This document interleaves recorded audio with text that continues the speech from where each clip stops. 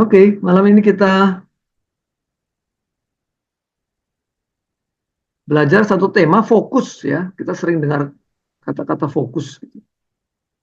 Nah, kita coba jadikan ini salah satu pegangan dalam kita menjalani hidup.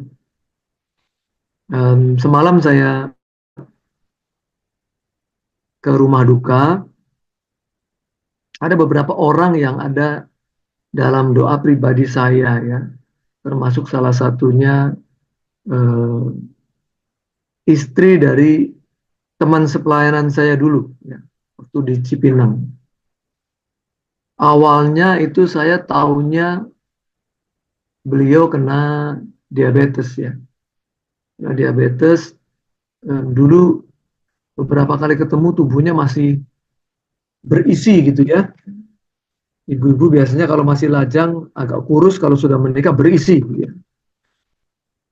Nah, tapi kemudian di foto-foto terakhir waktu saya lihat teman-teman menengok itu menjadi begitu kurus ya. Begitu kurus dan ya saya berdoa. Saya tidak tahu kalau ternyata ada banyak penyakit yang lain yang semalam saya datang ke ibadah penghiburan di Bekasi, anaknya ada empat. Anak yang pertama itu cerita kondisi mama itu ternyata sudah 3 tahun begitu, sudah 3 tahun sakit dari awalnya itu tekanan darah tinggi, kemudian tekanan darah tingginya berdampak ke saraf-saraf di mata, matanya yang satu itu sudah tidak bisa melihat gitu. Karena tekanan saraf mata, orang menganggap itu glaukoma ya. Glaukoma kan masih belum ada obatnya. Terus mata yang satu kena katarak. Jadi praktis seperti orang buta tidak bisa membedakan antara siang hari, malam hari ya, terang, gelap gitu ya. Terus ternyata juga merembet ke ginjal, ya, ginjalnya juga ada masalah. Sampai terakhir harus cuci darah. Ya, seminggu 2 kali cuci darah. Tapi ya yang hebat itu dalam perjuangan, lagi-lagi perjuangan seorang suami untuk merawat istri yang sakit ya, seperti rekan saya yang sebelumnya istrinya kena cancer. Ini juga suaminya merawat, jadi kemarin di ibadah penghiburan itu malah kami dengar banyak suaminya memang hibur jemaat ya, menguatkan jemaat. Karena cerita beliau begitu, bagaimana beliau tekun dalam doa, dan beliau sangat yakin bahwa justru sebetulnya di waktu-waktu belakangan itu sudah sehat. Ya, istrinya sudah mulai bisa melihat, tekanan darahnya normal, ginjalnya hasil pemeriksaan juga baik. Hari minggu lalu itu juga sudah ke gereja gitu ya. Nah, tiba-tiba kemarin jam 4 pagi sesak napas begitu, kemudian karena mungkin sudah persiapan di rumah ada tabung oksigen, ada selang oksigen dipasang gitu ya. Nah, tapi kemudian si istri, Mbak Endah ya, namanya Mbak Endah ini, cabut itu terus ya, selang oksigennya cabut terus begitu. Dan suaminya terus coba pasang lagi ya, tapi kemudian Mbak Endah ini mengatakan sudah selesai. Sudah selesai ya, seperti perkataan Tuhan Yesus disalib begitu, sudah selesai. Begitu suaminya keluar sedang buat uh, sarapan untuk anak-anak ya, karena istrinya sudah praktis di tempat tidur terus. Waktu suaminya balik, ternyata istrinya sudah uh, jatuh dari tempat tidur katanya begitu, dan sudah nggak ketolong ya. Jadi baru suaminya sadar, oh sudah selesai, itu persis seperti perkataan Tuhan Yesus atas kayu salib ya, menyerahkan nyawanya itu sudah selesai. Tapi kemudian saya jadi diingatkan, hidup ini fana sekali, hidup ini fana sekali. Mari kita fokuskan kembali malam hari ini tidak pada hal-hal yang fana, tapi pada hal-hal yang kekal. Ya. Nah, fokus itu adalah kekuatan kita dan keindahan kita ya. Focus is your strength and your beauty. Fokus ya, kalau orang yang bisa fokus itu adalah orang yang kuat, orang yang bisa melihat, bahkan bisa memberikan hal-hal yang indah. Gitu ya, orang yang fokus. Tapi orang yang sedikit-sedikit berubah ya, kata-katanya nggak bisa dipegang, kemudian pendiriannya tidak bisa dipegang ya. Pagi bilang apa, sore bilang apa ya. Kalau orang Jawa bilang pagi kedelai, sore tempe begitu ya, kan cepat sekali berubah gitu. Nah, kita belajar fokus malam hari ini karena fokus itu akan mengumpulkan, menyatukan, focus will compile all your energy, semua tenaga, semua energi kita, semua daya kita ke dalam kekuatan yang bisa dimanfaatkan. Ya, maka orang-orang yang nggak fokus itu nggak hanya dalam hal rohani, dalam hal-hal pekerjaan, kehidupan sehari-hari, orang-orang yang sekolah, orang yang bekerja, juga dalam pelayanan, orang yang tidak fokus itu merasa capek, tapi hasilnya boleh dibilang nggak ada. Merasa capek aja, orang-orang begini jadi frustasi. Perasaan sudah melakukan banyak hal, perasaan sudah mengerjakan banyak hal, tapi ternyata tidak menghasilkan sesuatu yang bisa dinikmati baik oleh diri sendiri maupun oleh orang lain ya. Kelihatan sibuk aja. Nah, fokus juga ya akan membawa hasil yang indah, yang tajam, yang presisi ya. Kalau kita bicara fokus, kalau dalam dunia fotografi ya, kalau kita memotret kemudian kabur ya, blur begitu, itu karena nggak fokus. Dan fokus untuk sesuatu yang bergerak itu lebih sulit. Ya, memotret misalnya sports fotografi ya, memotret orang-orang yang bergerak cepat. Ya, orang yang lari, orang yang bersepeda, apalagi balap mobil ya, racing begitu, untuk mendapatkan hasil karya yang tajam, yang enggak kabur begitu sulit. Ya. Maka memang orang yang cenderung bergerak cepat sulit fokus. Ya, maka Tuhan ajarkan kita banyak berdiam diri gitu ya. Berdiam diri, di situ terletak kekuatanmu gitu. Andalkan Tuhan. Gitu. Sebab orang yang bergerak cepat dan kemudian biasanya banyak mengandalkan yang lain kecuali Tuhan malah gitu ya.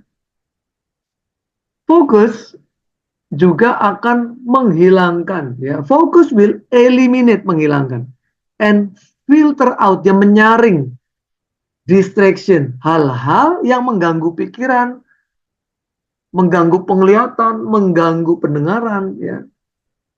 Maka biasanya di tempat-tempat yang ramai sulit sekali ya, kita mau ngobrol aja susah. Ya, kita berbicara di tempat makan yang ada live music gitu ya, ada musik hidup, berisik sekali. Mau ngomong aja susah, kita masih dekat-dekat teriak-teriak ya. Nah, maka perlu banyak kesempatan, biasanya orang fokus itu kita bilang saat teduh ya. Jadi kita itu pagi itu saat teduh-teduh ya. Pagi, bangun lebih pagi, kalau jam 6 sudah sibuk, sudah berisik, bangun lebih pagi. Sebelum keberisikan itu terjadi. Ya. Kalau kita sudah terbiasa bangun doa jam 5, masih gelap, anak-anak masih tidur, nah itu biasanya langsung kok rasanya penyembahan dan doanya lebih lebih mantap begitu ya. Karena ada keteduhan. Ya, itu kita bisa fokus pikiran kita, hati kita, ya, panca indera kita fokus untuk kehadiran Tuhan. Itu menghilangkan dan menyaring gangguan. Ya. Focus will enable us, fokus juga memungkinkan kita untuk bisa berjalan lebih jauh, ya, bisa menjalani kehidupan sekalipun banyak tantangan, banyak ujian, banyak halangan, banyak rintangan, banyak godaan, kita bisa lewati gitu. Karena kita fokus, kita nggak jadi belok, ya. Ketika ada yang narik ke sana, kita nggak belok, kita tahu kemana tujuan kita, kita jalani itu. Walaupun harus menghadapi segala hal yang berat buat kita, against all odds, ya, melewati semua hal-hal yang nggak nggak di posisi kita, nggak dalam posisi menolong kita, tapi dalam posisi kalau kita berlari itu anginnya ngelawan kita. Berat ya kalau kita naik sepeda ngegenjot, anginnya lawan itu, waduh berat. Tapi karena kita tahu fokus kita tujuannya kemana, ya kita akan hadapi itu. Walaupun angin badainya melawan kita, tidak searah dengan kita. Ya, mari kita tetapkan prioritas kita, set your priority and be persistent, dan tekun. Tetapkan prioritas kita kemana, tekunlah. Ya, minggu lalu kita bicara mengenai bagaimana kekuatan pikiran, ya, bisa kalau salah jadi merusak, kalau benar, oh betul-betul punya daya dobrak yang luar biasa pikiran, ya. Nah, minggu lalu juga saya ingatkan, kalau pikiran kita bisa kita tetapkan untuk memikirkan hal-hal yang berkenan, fokusnya ke sana saja, seperti kaca pembesar yang bisa membakar kertas, gitu ya, dan kemudian bisa membakar hal yang lain, karena itu uh, menjadi satu nyala api yang bisa membesar. Tapi kalau kita goyang terus, kaca pembesarnya digoyang terus, sehingga titik bakarnya itu, fokusnya itu tidak di satu tempat, nggak bisa. Kertas setipis apapun nggak kebakar begitu. Karena goyang terus kaca pembesarnya. Jadi energinya masih tetap, energi mataharinya kan masih tetap nggak berkurang, tapi dibuang. Itu yang tadi saya ibaratkan orang yang bergerak terus kelihatannya capek, kelihatannya sibuk, ya, di kuliah kelihatannya sibuk, di pekerjaan kelihatannya sibuk, di pelayanan kelihatan sibuk, tapi hasilnya minim. Ya, kalau nggak bila dibilang nol besar misalnya, hasilnya minim sekali. Maka orang-orang seperti ini akan biasanya mengeluh, ya, wah saya perasaan sudah melakukan banyak hal, tapi kok masih belum seperti yang diharapkan. Orangnya menjadi mudah mengeluh. Kemudian akhirnya frustasi. Di titik yang parah menjadi depresi. Ya. Nah, kembali kita ingat ada satu ayat. Ayat ini sebetulnya bicara tentang fokus, ya. Carilah dahulu kerajaan Allah dan kebenarannya. Fokus. Cari dulu. Yang didahulukan adalah kerajaan Allah dan kebenarannya. Yang lain itu jangan membuat kita terganggu gitu. Itu bonus. Semua yang lain akan ditambahkan kepadamu. Jangan dibalik, ya. Semua yang lain yang dikejar dulu, kemudian kerajaan Allah yang belakangan. Ya. Kita salah menetapkan prioritas dan kita salah menetapkan fokus dalam hidup.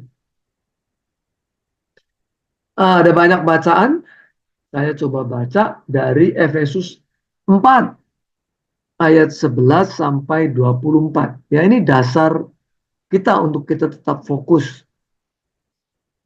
Dan ialah dan Tuhan Yesuslah yang memberikan baik rasul-rasul maupun nabi-nabi, baik pemberita-pemberita Injil maupun gembala-gembala dan pengajar-pengajar.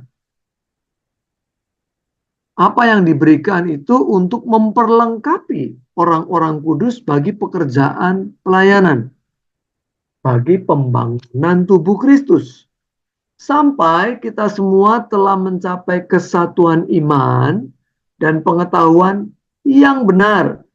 Ingat ya, banyak pengetahuan, banyak iman.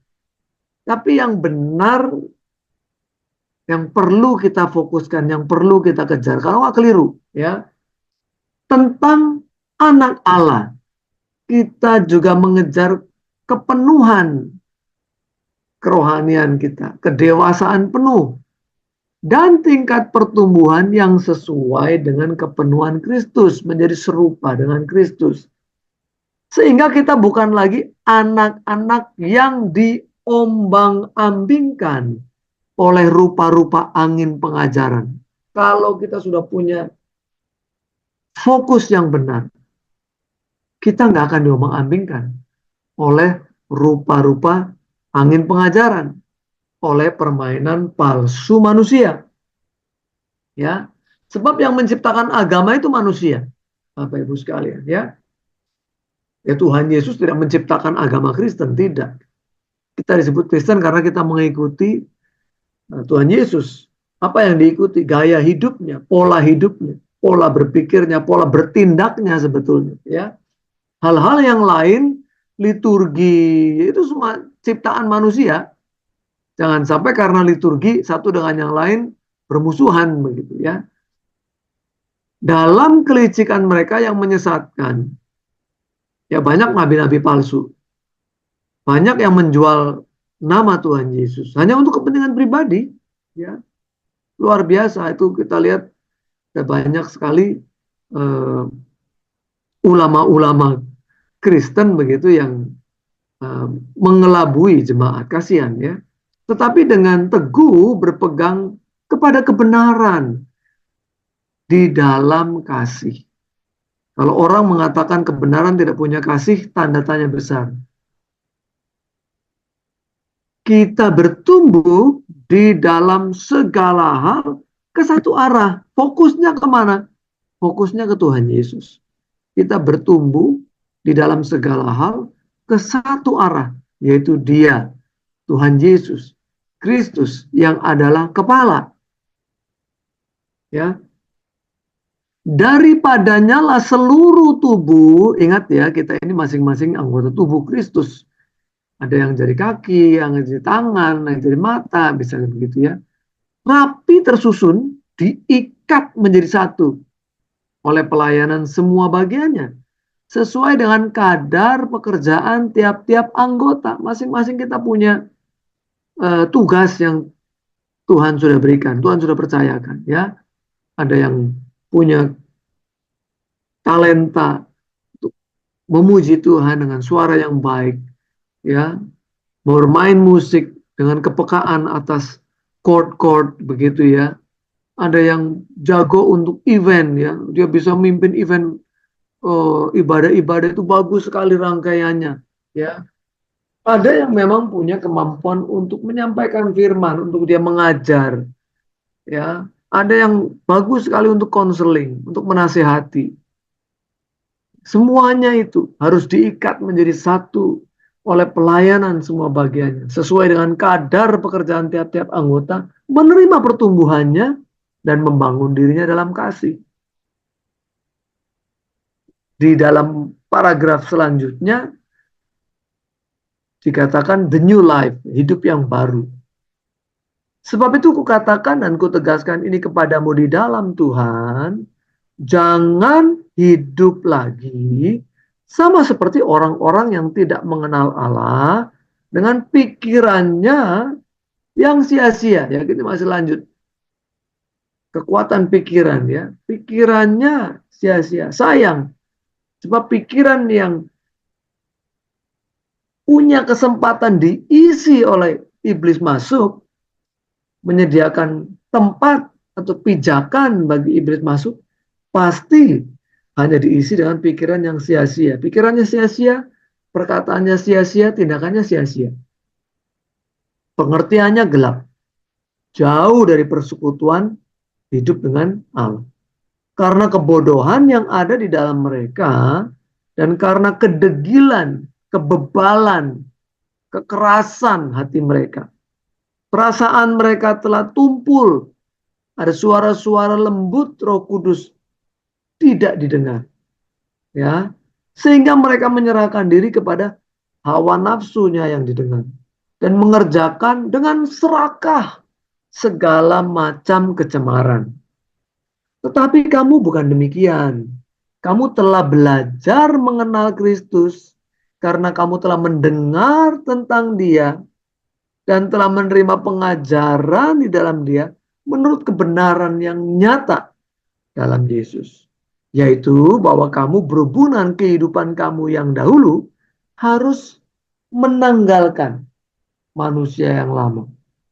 Sebab ini akan menemui kebinasaannya oleh nafsunya yang menyesatkan. Supaya kamu dibaharui di dalam roh dan pikiranmu dan mengenakan manusia baru yang telah diciptakan menurut kehendak Allah di dalam kebenaran dan kekudusan yang sesungguhnya. Fokus kita mesti ke sana.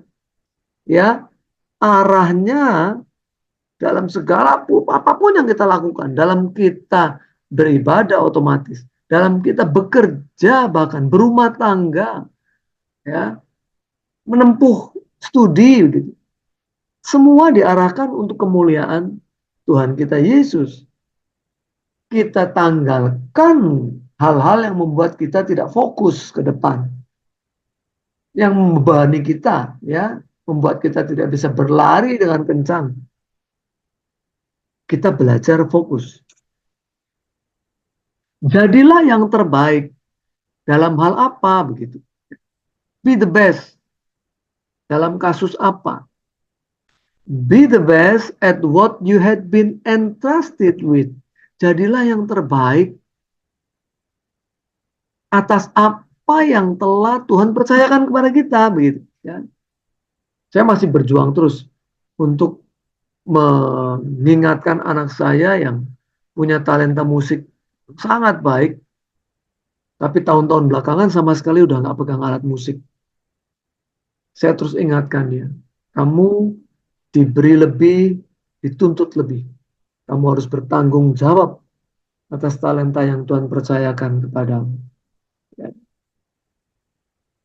Ini artinya fokus kepada kekuatan kita. Fokus kepada kekuatan kita. Karena tidak ada orang yang sempurna, nggak ada Superman. Maka kita punya kekuatan dan kelemahan. Tapi jangan fokus kepada kelemahan. Kelemahan oke diperbaiki. Tapi fokus kita pada kekuatan kita sebab memang Tuhan ingin arahkan kita ke sana. Ya. Ada yang nggak bisa bicara dengan baik, tapi melalui tindakan kasihnya dia sering belas kasihan, ya, orangnya murah hati, fokus pada hal itu, tidak harus menjadi pengkhotbah misalnya, kan? Ada orang yang bisa menasehati, dia punya rasa empati, dia bisa ikut menangis dengan orang menangis, ikut tertawa dengan orang tertawa. Itu kekuatan dia. Dia bisa menjadi counselor yang hebat. Ya. Keep shining and glowing like pure gold. Tetaplah bersinar, tetaplah cemerlang, berkilau seperti emas murni. Sebab meskipun di dalam lumpur, emas itu tidak akan kekurangan nilainya. Orang akan tetap mencari emas. Ya. Maksud dari ini adalah kita harus fokus kepada keberadaan kita. Percaya bahwa Allah itu menciptakan saya, menciptakan kamu, menciptakan Bapak, Ibu, tidak kebetulan. Dia menciptakan dengan satu tujuan. Dan masing-masing punya jalurnya. Masing-masing, ya. Ada buku yang bagus yang ditulis oleh Rick Warren. Ya. Udah lama nih bukunya, dan bestseller luar biasa, ya. Judulnya Purpose Driven Life. Hidup yang diarahkan oleh tujuan. Jadi buku itu mengingatkan kita bahwa semua kita pasti diciptakan dengan satu desain tertentu gitu. Dan kita harus cari, kita harus tanya kepada Tuhan, Tuhan Engkau menciptakan aku untuk apa? Ya, tujuan saya apa? Ada di dunia ini apa? Pasti ada tujuannya. Maka kalau kita fokus kepada keberadaan kita, tahu bahwa kita punya tujuan dalam hidup ini, nggak sekedar lahir begitu terus nggak jelas mau jadi apa, ini menjadi kekuatan. Dan kalau kita tahu tujuan hidup kita, kita tekuni di situ, kita akan bersinar ya, di tempat dimanapun. Oh, jadi office boy yang top, jadi sekretaris yang top, jadi bisnismen yang top, gitu ya. Dan orang selalu melihat betapa orang-orang seperti ini dilindungi ya oleh Tuhan. Masalah ada, tapi kok ya Tuhan bisa luputkan, lewati itu semua. Ya. Poin yang ketiga, waktu bicara twilight saya ya, bahwa yang terbaik itu ada di depan kita. Kita belajar hidup satu hari setiap waktu. Ya, saya kalau doa malam itu doa begini kadang-kadang. Bapak terima kasih Bapak bisa melewati satu hari. Ya, di tengah semua permasalahan yang harus dihadapi. Satu hari kami bisa lewati. Itu ajaib. Itu mujizat. Nggak usah susah-susah gitu cari mujizat. Bisa lewati satu hari. Mujizat. Perjalanan keluar dari rumah dilindungi, nggak sampai kecelakaan di jalan tol kembali sampai malam. Nggak ada masalah. Itu luar biasa. Membuat kita jadi sekarang fokus kepada apa yang di depan kita. Fokus kepada masa depan kita. Fokus kepada hal-hal yang kekal. Bukan kepada hal-hal yang fana. Ya, jadi kemarin sekembali dari rumah duka ya, jam jam 9 malam lah di jalan tol begitu. Jadi karena lebih baik pergi ke rumah duka daripada ke rumah pesta, karena di situ setiap kita yang hidup diingatkan ya bahwa kita juga akan mengalami hal itu. Yang diomongin mati ya, yang diomongin mati. Ada istri saya tanya, nanti kalau saya meninggal eh, kira-kira mau dikuburkan di mana begitu ya. Jadi diskusi diskusi kematian ya Bapak Ibu. Ya saya ngomongnya mungkin di sini aja lah di Jakarta, jangan di Jawa Tengah gitu. Nanti nengoknya susah ya. Kumpul aja kita gitu ya. Jadi kita makin siap gitu ya. Udah bicara begitu aja kadang nggak siap, apalagi nggak pernah bicara hal seperti itu ya Bapak Ibu Saudara.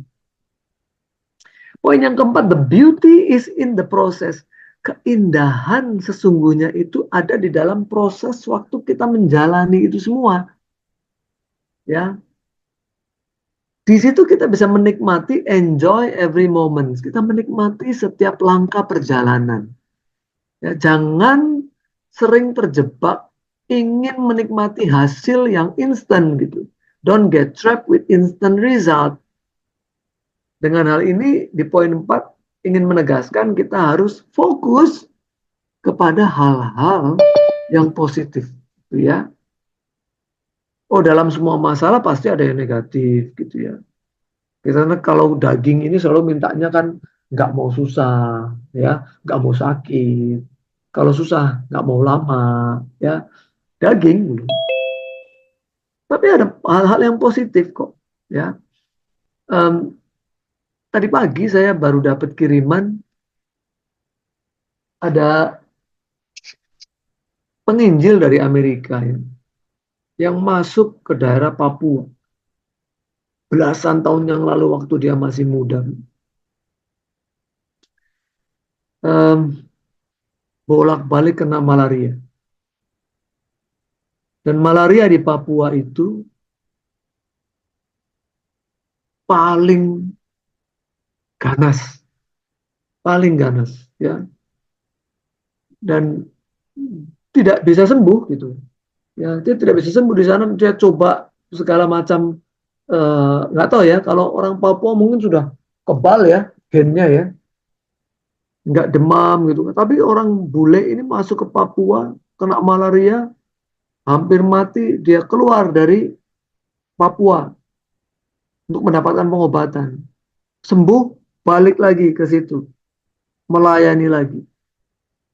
Kena malaria lagi, hampir mati lagi. Balik lagi dia, sampai sempat kembali ke negara asalnya. Matanya bermasalah karena obat malaria ternyata juga berdampak ke penglihatan begitu ya.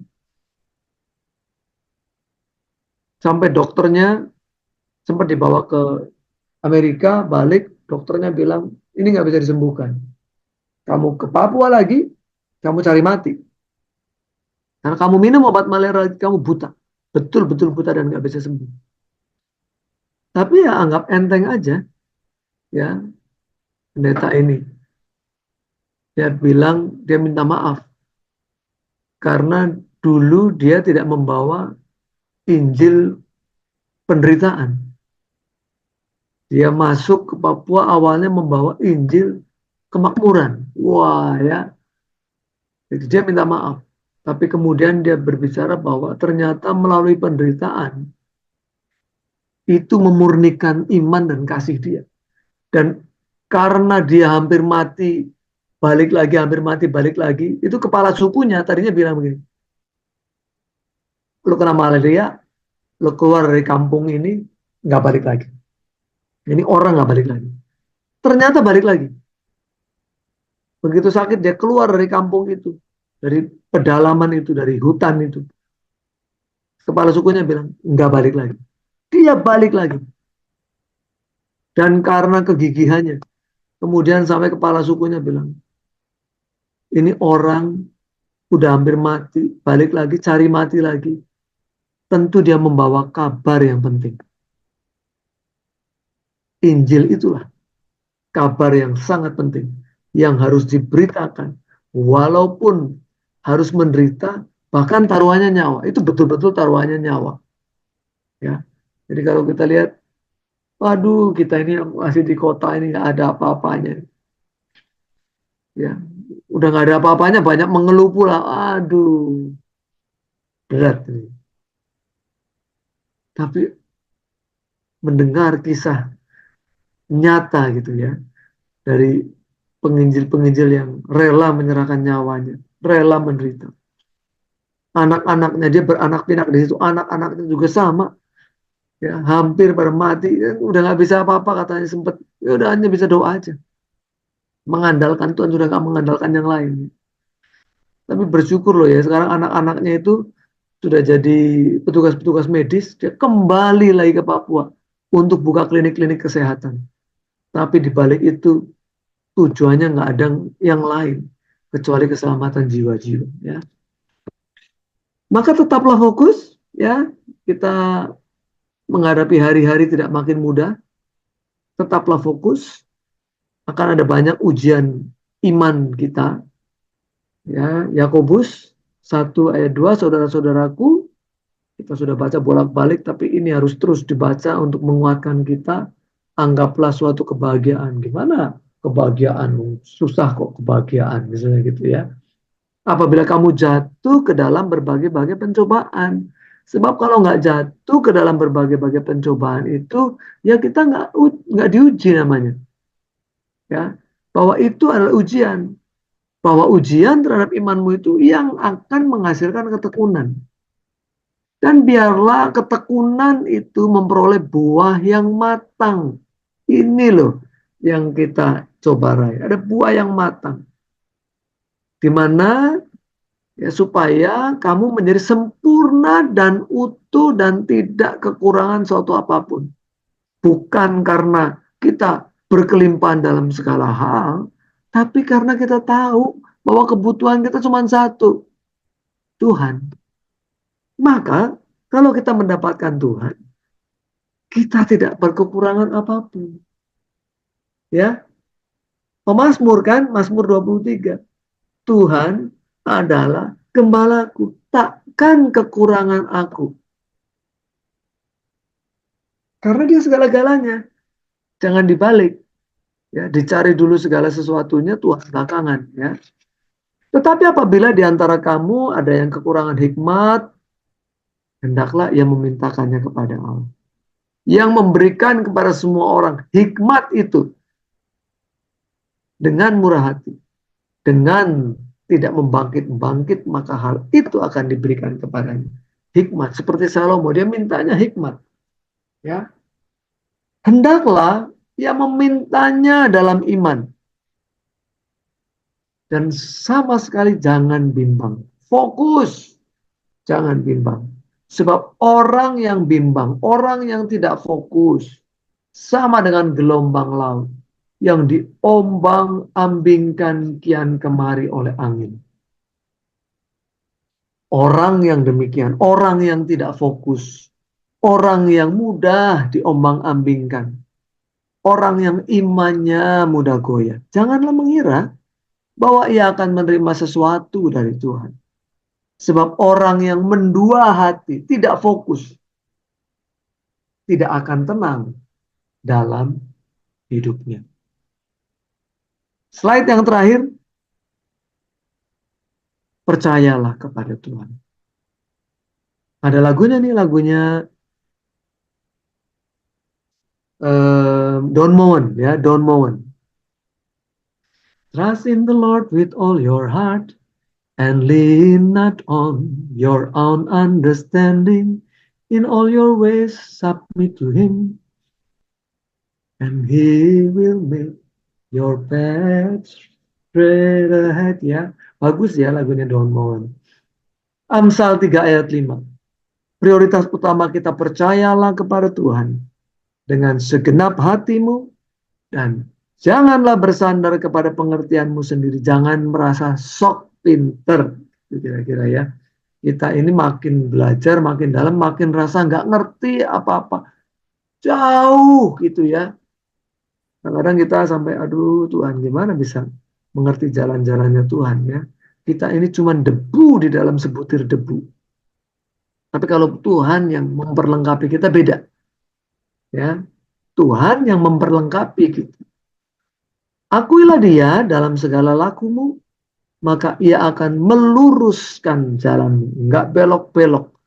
Ya, your path will be straightened. Ya, akan diluruskan jalan-jalan. Terima kasih. Saya kembalikan ke Pastor Lepri. Silakan Pastor Lepri.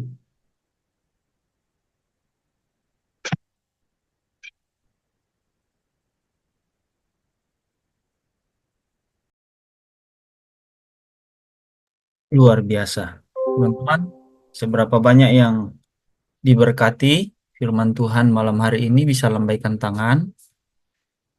Luar biasa ya. Kekuatan fokus, teman-teman ya. Orang yang tidak fokus, orang yang sama dengan orang yang mendua hati ya tadi. Orang yang mendua hati tidak akan mendapatkan apa-apa. Waduh, ngeri itu. Teman-teman ya. Iya, orang yang tidak fokus benar-benar pada Kristus ya tidak dapat apa-apa. Ya, bahkan Rasul Paulus berkata bahwa apa teman-teman? Filipi 3, ada yang ingat? Bahkan Rasul Paulus sendiri berkata apa? Aku kehendaki ialah menyenangkan. Gimana? Suaranya yang mantap kalau ini. Ya, Ya, gimana? Filipi ayat 10 yang ku kehendaki ialah mengenal Dia dan Ah, kuasa no, no, no. No, bukan itu. Bahkan Rasul Paulus bilang apa teman-teman?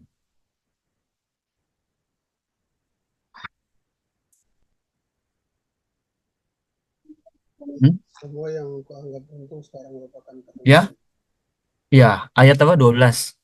Bukan seolah-olah aku sudah memperoleh hal ini, atau telah sempurna, melainkan aku mengejarnya.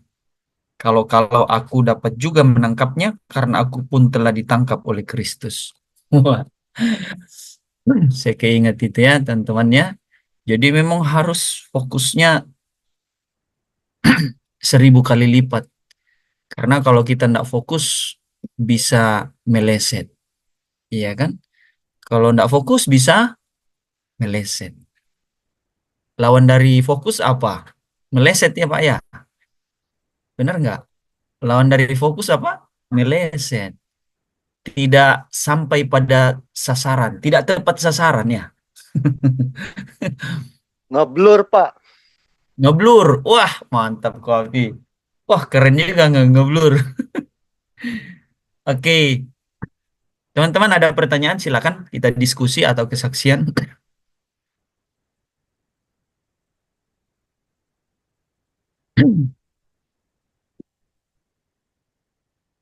Jadi proses di dalam fokus kita kepada Tuhan itu apa yang teman-teman dapatkan tadi? Apa yang terjadi ketika kita fokus kepada Tuhan? Bisa sebutkan beberapa poin. Apa yang teman-teman dapatkan? Ada nggak yang bisa kasih gambaran?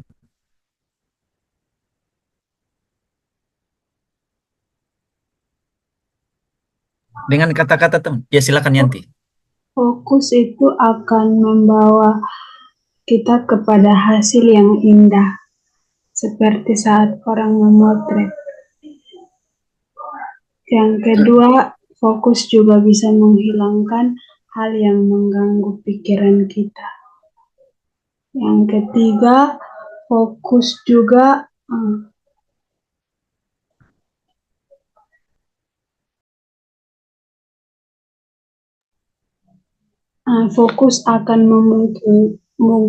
fokus juga akan memungkinkan kita untuk berjalan lebih jauh, walaupun harus melewati hal-hal yang berat. Wah, admin ini layak dikasih poin ini, admin. Ya itu bagus itu dia. Berarti dia fokus. Belajarnya aja fokus. Luar biasa nih. Teman-teman ini hebat loh. Disuruh mantap tuh ya. Admin sudah kasih mantap, teman-teman. Hebat nih ya. Bukan cuma satu poin loh. Dia bisa menyimpulkan, dia bisa mengembangkan gitu. Teman-teman yang lain. Pasti bisa apa yang teman-teman dapat. Silakan. Yovince boleh. Oke, Pak. Oke, silakan Mas Yandri. Kalau saya, kalau kita fokus, maka kalau kalau kita fokus yang benar, maka kita tidak bisa diombang-ambingkan oleh apapun. Karena tujuan kita atau fokus kita hanya kepada Tuhan dan tidak ada yang dapat diombang-ambingkan.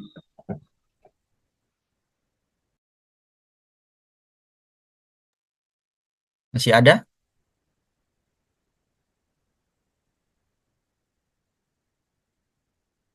Teman-teman yang sudah siap, silakan sambung. Yuli, Mira, Bu Seni, silakan. Sema, Rina, silakan. Apa yang teman-teman tangkap kalau kita fokus? Kalau Bapak Tadu sudah ngomong, tertutup semua teman-teman. Dia bilang A sampai Z nanti. Ayo. Silakan Elsa, boleh. Atau sebelum Elsa deh. Teman-teman ada? Nanti Elsa bisa jawab semua teman-teman. Bisa pakai ayat.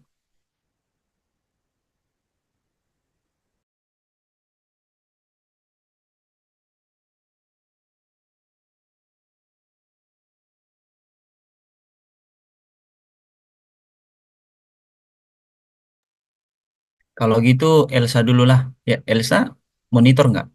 Sibuk. Shalom, Halo. baik.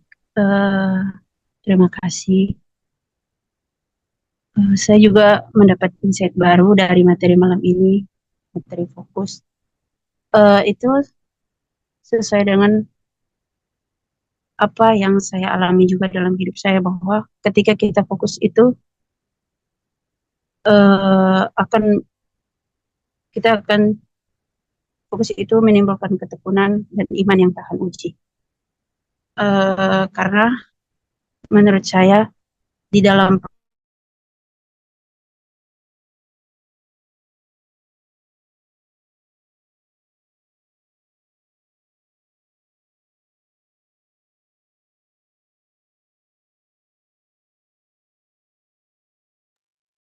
Hilang suaranya.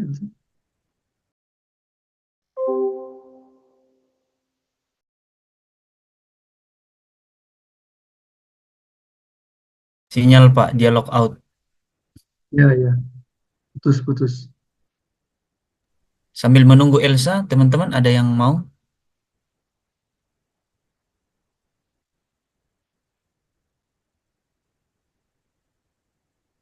Silakan.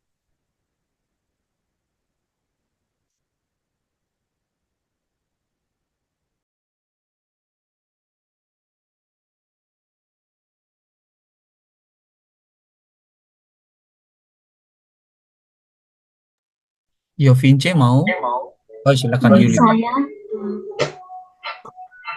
fokus pada yang pertama itu fokus pada hal yang kekal bukan fana. Yang kedua fokus pada tetaplah bersinar seperti emas yang murni. Dan yang ketiga fokus pada keindahan yang sesungguhnya. Kita menikmati setiap perjalanan dan fokus pada hal-hal yang positif. Oke. Jadi teman-teman seperti yang sudah disebutkan Yanti tadi sama Elsa hanya baru 1 poin. Maksudnya sama Mas Yandri tadi, maksudnya apa hasil kalau kita fokus? Tuh, fokus pada Kristus itu hasilnya seperti apa? Silakan. Rina boleh, Sema boleh. Sebelum Ko Afi, Bapak Tadus. Bu Seni boleh, silakan.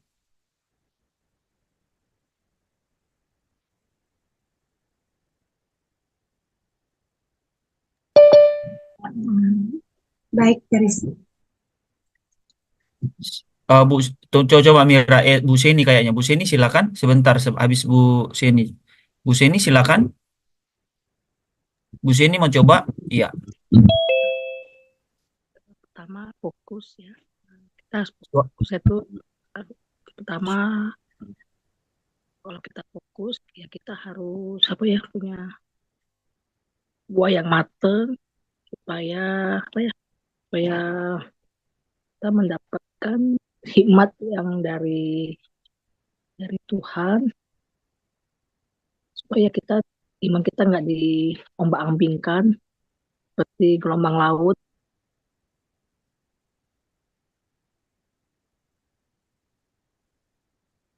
Supaya menerima suatu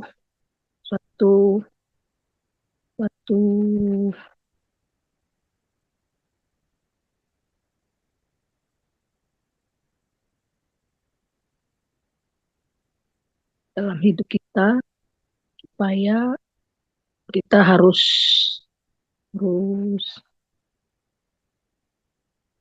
mempunyai hikmat yang hendak kita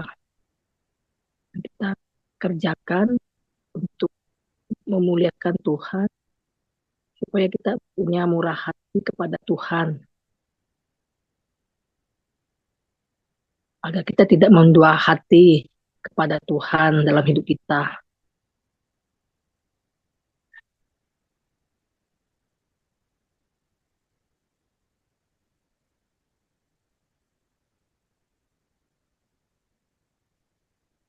Masih ada Bu Seni? Aja Pak. Oke, kita lanjut ke Mira dulu sebelum Elsa sambung tadi. Silakan Mira.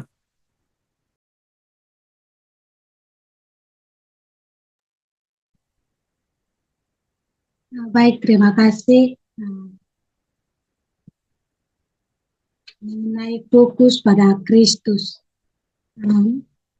Tadi sudah sampaikan pada beberapa ayat. Yang pertama ayat Injil Matius pasal 6 ayat 33 tentang carilah dahulu kerajaan Allah dan kebenaran.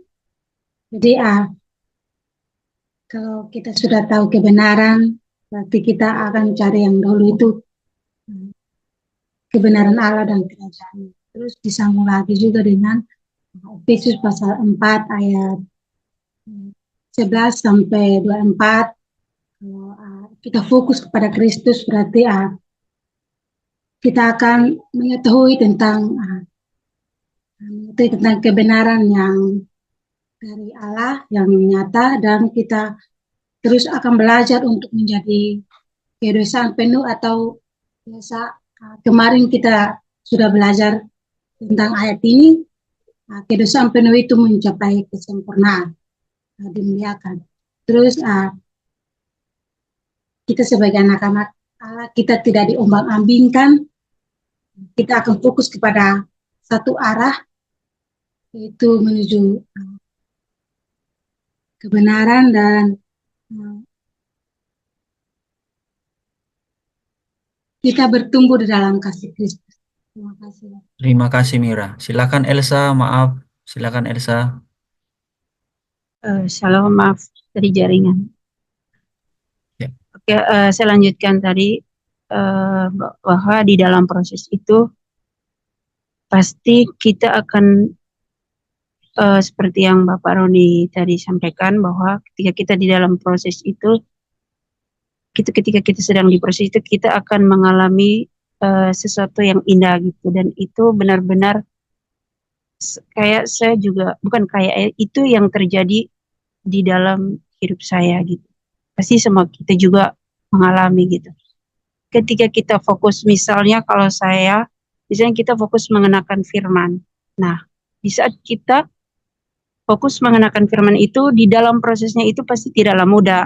Itu bisa seperti kita berada di padang gurun gitu. Nah, dan di situ pasti ada aja kayak faktor yang baik, kayak dari luar atau dari dalam diri kita sendiri gitu. Nah, di situ ketika kita fokus, pasti maksudnya faktor itu bisa mempengaruhi kita gitu. Kayak mungkin tadinya kita yang sudah berapi-api gitu untuk fokusnya ke Tuhan, tetapi banyak faktor yang menarik kita gitu, entah itu dari luar atau dari dalam diri kita sendiri gitu. Nah, tetapi ketika kita fokus bahwa saya mau mengenakan firman gitu, sesakit apapun gitu, kayak ya kita nikmati aja gitu, kita nikmati gitu, dan disitulah kita kayak tahu gitu, kita pasti punya pengalaman bersama Tuhan tuh yang kayak saya rasa itu yang kayak kita benar-benar mengalami sendiri bahwa oh ternyata itu di situ kayak iman kita itu semakin kayak saya rasa kayak apa ya, bertumbuh gitu loh, kayak mungkin dari tadi itu levelnya masih 1, tapi tiba-tiba ketika dalam proses itu kita jadi lebih, iman kita bertumbuh misalnya ke 3 gitu. Nah di situ yang kita menghasilkan, kita semakin tekun gitu ketika ada mungkin kita besok-besok menghadapi masalah yang kayak levelnya lebih tinggi lagi. Nah di situ kita fokus lagi, kita semakin tekun gitu. Jadi karena apa ya, semakin saya rasa karena semakin kita itu proses pendewasaan kita itu semakin tinggi, anginnya juga pasti semakin kencang gitu. Nah jadi tapi ketika kita fokus kepada tujuan kita itu, mau badai sebesar apapun, walaupun kayak kita kadang kayak, aduh, misalnya kayak di tengah lautan nih kayak, aduh ini kapal juga kayak kita di atas ini kayak goyang-goyang kayak hampir jatuh gitu juga gitu, kayak kita khawatir juga kayak, aduh ini mau jatuh, aduh Tuhan, ini mau jatuh nggak, tapi kita masih punya iman gitu, apapun yang terjadi asalkan saya bersama Tuhan gitu. Jadi saya ngerasa setiap detik dalam hidup saya tuh saya selalu melewati bersama Tuhan, dan saya selalu bilang apa ya, kayak saya bisa hidup gitu tanpa orang tua, mungkin saya bisa hidup gitu, tapi kalau tanpa Tuhan itu saya nggak bisa hidup gitu, karena saya merasa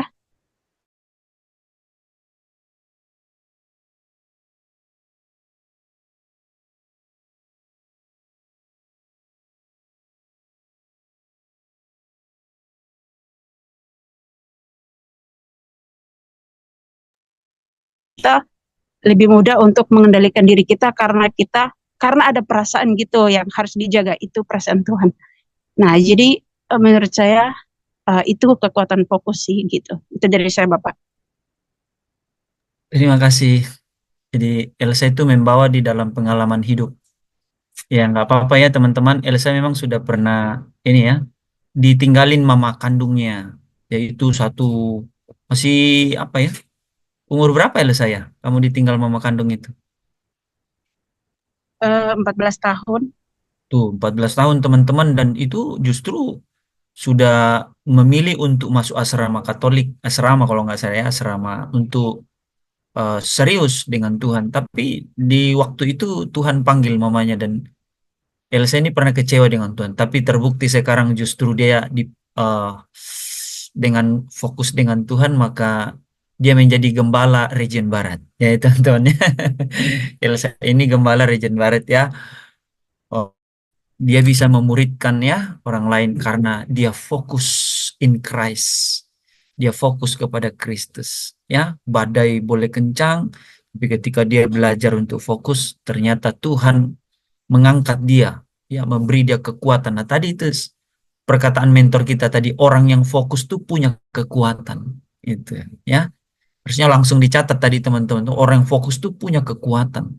Orang yang fokus tuh, kok saya yang jawab ya? Oke. Ah, oke, teman-teman. Sema boleh mau? Rina boleh? Habis itu ke Ko Afi. Mau memberi sedikit ini atau Yovince? Oke, silakan Ko Afi. Ya Pak, topik malam hari ini mengenai fokus kepada Kristus itu, ya kita berbicara pandangan kita itu terarah, tertuju kepada Kristus ya Pak ya. Nah, bagaimana pandangan kita itu bisa terarah kepada Kristus? Ya kita harus setiap hari itu menggali firman-Nya atau membaca firman-Nya setiap hari ya Pak ya. Makanya firman itu yang membuat kita itu sebagai pengetahuan ya, sebagai kebenaran dalam kehidupan kita hari lepas hari ya Pak ya. Jadi kalau kita sudah dekat sama Tuhan, kita dekat sama firman-Nya ya, apapun yang bisa menggoncangkan kita, apapun persoalan yang menimpa kita, itu kita ada basicnya Pak, ada kekuatan. Istilahnya yang kita baca dari firman Tuhan setiap hari itu, itulah makanan rohani kita yang menguatkan diri kita maupun hati kita dalam menghadapi hal-hal yang kita alami hari lepas hari itu Pak, ya kan? Dan kalau kita sudah intim kepada Tuhan, Tuhan juga akan memberikan segala kelimpahan atau juga segala kasihnya kepada kita ya Pak ya. Jadi kalau kita fokus kepada Kristus itu, ya kita berbicara banyak hal Pak. Contoh-contoh di tadi Pak mentor kita, Pak Roni itu kan memberikan salah satunya di Efesus 4 ya Pak ya. Ayatnya yang 11 sampai 20 berapa itu, 24 ya Pak ya. Itu banyak sekali itu Pak itu. Ya, kalau kita berfokus kepada Tuhan, kepada Kristus, di situ kita bisa dikatakan kita tidak bisa diombang-ambingkan ya Pak ya. Dan kita juga diberikan kesatuan iman ya Pak ya, dan pengetahuan yang benar tentang anak Allah itu ya. Terus ada lagi yang di ayat 14, kita bukan lagi anak-anak yang diombang-ambingkan ya oleh rupa-rupa angin pengajaran, oleh permainan palsu manusia dalam kelicikan mereka yang menyesatkan, ya kan? Nah, kalau kita udah taruh begini Pak, ya kita tidak bisa diombang-ambingkan lagi. Sebab apa? Kita udah ada basic yang telah kita pelajari setiap hari, yang kita baca dalam firman Tuhan itu, yang menguatkan kita, yang meneladani kita. Jadi kita sudah tahu firman itu berbicara apa, dan ada orang yang mau menggeser dari iman kita atau pendirian kita atau fokus kita, itu udah tidak bisa Pak. Dan disambung lagi ada di Yakobus 1 yang ayatnya kalau nggak salah di 4, Jangan, Pak. jangan kalau nggak salah Pak, ayo kita buka Alkitab. Ya. Ya, Yakobus 1 ayat yang keempat, Pak. Kalau kita terus bertekun itu, Pak ya, memperoleh buah yang matang, Pak. Nah, beri penjara buah yang matang ini kita kan udah ada sedikit ada kesempurnaan, Pak ya. Supaya kamu menjadi sempurna dan utuh dan tak kekurangan suatu apapun gitu, Pak. Itu Pak yang saya bisa dapat, Pak. Mungkin ada lain-lain. Terima kasih teman Pak. yang bisa bantu. Ya, terima kasih Pak, sama-sama Pak. Sekali lagi saya Rina Yovince mau menyampaikan sesuatu. Oke, Bapak Tadus mau menyampaikan sesuatu? Ya, baik. Terima kasih untuk materi malam ini Pak Roni, luar biasa. Jadi connect juga dengan materi Pak Hens.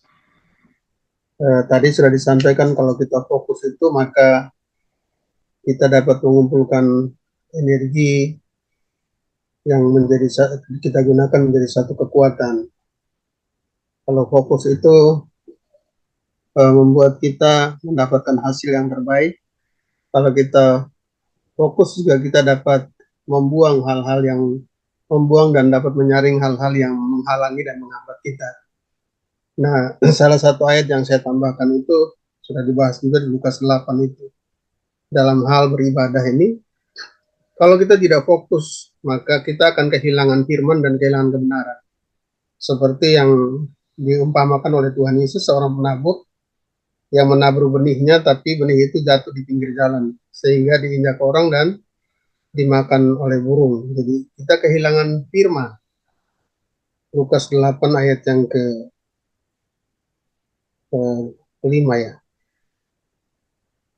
Lukas 8 ayat yang kelima adalah seorang penabur keluar untuk menabur benihnya. Pada waktu ia menabur, sebagian benih itu jatuh di pinggir jalan lalu diinjak orang, dan burung-burung di udara memakannya sampai habis. Jadi kalau kita tidak fokus, maka firman itu seperti jatuh di pinggir jalan dari hidup kita, berlalu begitu saja, sehingga tidak bertumbuh, kita tidak memiliki firman kebenaran. Itu mungkin yang saya tambahkan. Jadi ini materinya luar biasa, begitu membangkitkan, menggairahkan. Terima kasih Pak Lebri. Terima kasih Bapak Tadus. Pak, silakan Pak. Mau di. Baik, jadi masukannya banyak ya. Terima kasih sekali, memperkaya dari beberapa sisi dilengkapi begitu ya. Dan dari Elsa juga menambahkan dari sisi praktis ya, yang dialami begitu. Nah, memang tidak mudah ya. Tidak mudah. Kita punya tekad untuk fokus, tapi dalam perjalanan tidak mudah. Dalam berdoa saja yang kita sudah coba menciptakan atau mengkondisikan situasi di mana kita bisa berdoa dengan fokus, pun kadang tidak fokus. Apalagi tidak berusaha untuk fokus. Maka dengan mudah kita akan terdistract ya, terganggu oleh banyak hal. Sangat mudah begitu. Ya, dan saya sendiri pribadi sering minta maaf begitu ya. Ketika saya berdoa, Bapak, ini kok, aduh, kalau banyak masalah ya, banyak masalah itu di pikiran ini, yang muncul itu masalah ini belum selesai, masalah itu belum selesai, saya minta ampun, Bapak, ampuni saya. Pikiran saya masih lari seolah-olah saya nggak yakin bahwa Tuhan masih mampu selesaikan persoalan, gitu ya. Saya sudah sempat cerita belum ya, saya dipanggil di persidangan ya. Jadi hari Selasa minggu lalu, itu saya dipanggil di persidangan sebagai saksi di Pengadilan Tindak Pidana Korupsi ya, Tipikor ya. Di kasus yang 12 tahun 2012, artinya 12 tahun lalu terjadi, dan saya sudah lupa begitu. Dan kemudian saya bertemu dengan sales ya, sales yang saat itu menjadi orang utama, pelaku utama ya untuk mengikuti tender ini, dan ketika ada di hadapan itu, kalau yang mulia itu ternyata ya hakim itu yang mulia itu kan manggilnya ya. Nah, sebut yang mulia. Ada banyak fakta ya, dan kalau ya saya berharap Bapak Ibu Saudara nggak sempat mengalami kasus-kasus begitu ya. Tapi menjadi saksi di depan pengadilan itu adalah tindakan yang mulia. Karena mereka memerlukan kesaksian. Tanpa kesaksian tentu dakwaan menjadi lemah. Ya, karena harus ada bukti dan harus ada saksi. Dan kita nggak bisa siap-siap apa-apa loh. Ya, kalau menghadapi sidang pengadilan, apa yang mesti kita siapkan? Mental iya, ya, kejujuran iya, karena kita disumpah, ya, di bawah sumpah, mengatakan ya di atas ya, tidak di atas yang tidak. Nah, yang tidak kita antisipasi kan pertanyaan baik dari jaksa penuntut atau pembela atau hakim. Kita tidak pernah bisa mengantisipasi. Apa kaitannya dengan fokus? Fokuslah pada apa yang memang kita ketahui. Udah kasih tahu sama hakim. Kalau tahu kamu jawab tahu. Kalau tidak tahu kamu jawab tidak tahu. Kalau lupa kamu jawab lupa. Dan itu prinsip yang juga harus kita pegang gitu ya. Jadi mungkin satu saat, saya nggak tahu ya, dalam pengadilan Tuhan akan seperti apa. Kita pernah bayangin nggak pengadilan Tuhan akan seperti apa? Ya. Dan mungkin kalau kita lupa, Tuhan ingatkan ya. Kamu lupa, Tuhan ingat. Tapi ada juga yang kita ingat, Tuhan lupa. Nah, itu ya. Ya, Tuhan sudah katakan kalau kita berdoa, kita minta ampun, Tuhan ampuni. Sering-sering kita yang tidak mengampuni diri sendiri dan kita mengingat-ingat terus itu. Ya, padahal Tuhan sudah lupa. Sudah lupakan, Tuhan nggak lupa. Tapi Tuhan sudah lupakan. Dia dengan sengaja dia melupakan. Nah, banyak sekali fakta di persidangan itu yang saya sendiri baru dengar, baru terkaget-kaget. Jadi saya banyak menjawab kepada hakim yang mulia itu. Hakim yang mulia, saya baru mendengar fakta ini di persidangan. Ya. Tapi dengan fakta di persidangan itu tidak mengubah kesaksian saya. Kejujuran kita, fokus kita, itu membuat saya ketika diperiksa itu tidak ada keraguan. Tidak ada keraguan. Ya, ditanya tidak au, ya aduh, ragu gitu, enggak. Saya jawab ya, lupa. Ya. Pernah ketemu dengan orang ini? Tidak. Walaupun selesai ngomong, wah dia pernah mencoba mempertemukan saya dengan si terdakwanya begitu. Saya bilang tidak pernah ketemu, saya orangnya aja. Saya nggak ingat ini.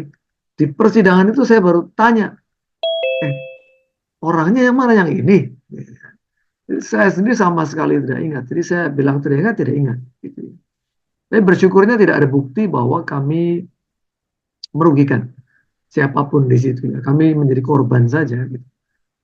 Jadi ya bersyukur ya. Tapi teman-teman semua yang ada di sini yakinlah gitu bahwa kalau kita melakukan segala sesuatu dengan fokus, itu ada energi lain gitu ya. Kita jalanin itu dengan penuh semangat gitu ya, dengan penuh semangat. Coba ya yang adik-adik yang masih muda-muda, yang masih kuliah gitu, atau nanti sudah bekerja. Waktu berangkat kuliah, fokusmu apa? Kalau fokusnya karena ya jadwal kuliah ya saya berangkat, kamu nggak punya energi.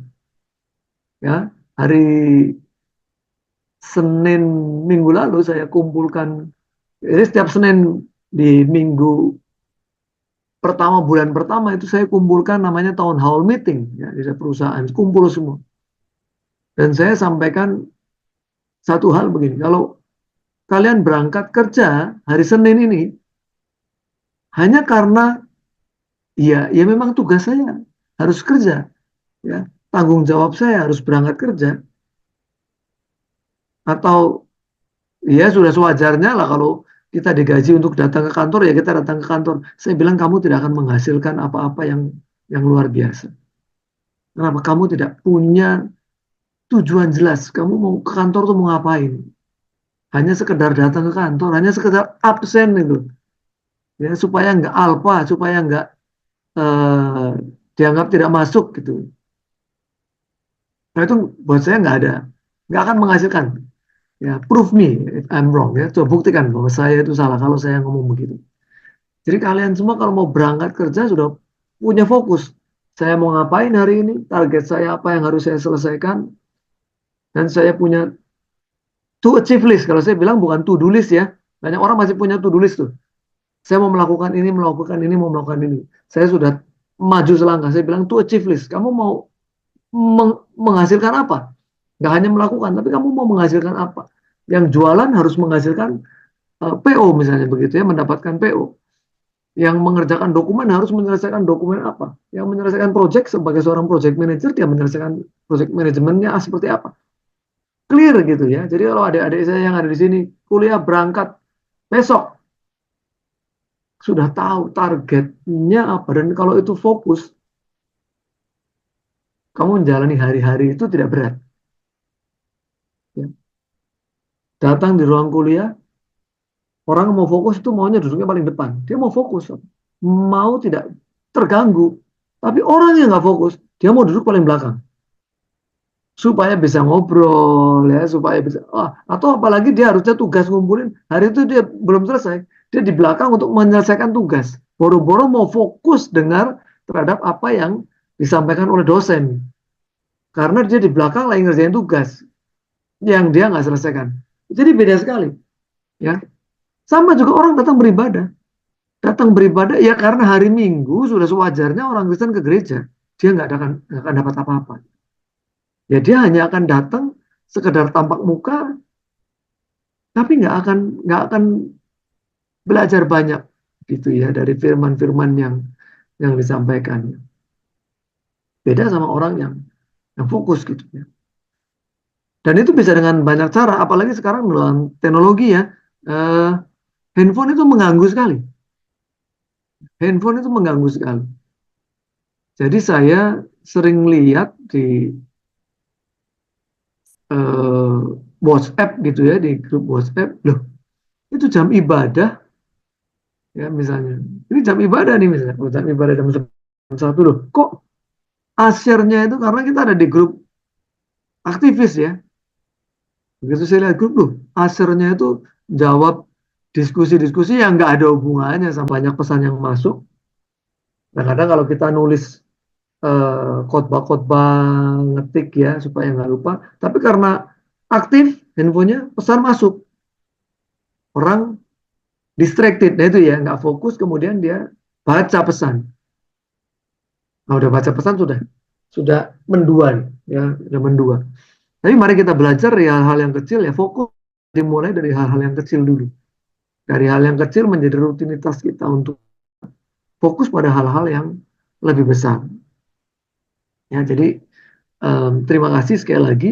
Mari kita praktekkan. Ya.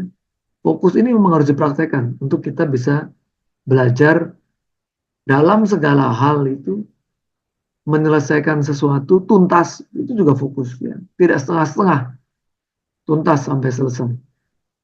Tidak menunda-nunda, itu juga fokus sampai selesai. Jadi dalam banyak hal sebetulnya saya berharap bahwa dengan belajar prinsip-prinsip yang ada di dalam Alkitab itu, kita tidak hanya menjadi orang yang secara rohani dewasa, tapi di marketplace kita menjadi orang-orang juga yang disegani karena punya prinsip gitu ya. Prinsip. Kalau membantu ya membantu sebaik-baiknya, nggak setengah-setengah. Mendapatkan project, menyelesaikan project sebaik-baiknya, nggak setengah-setengah. Ya. Nah itu menjadi satu teladan yang bisa kita tinggalkan dimanapun kita melakukan pekerjaan-pekerjaan kita. Ya, demikian Pastor Levi.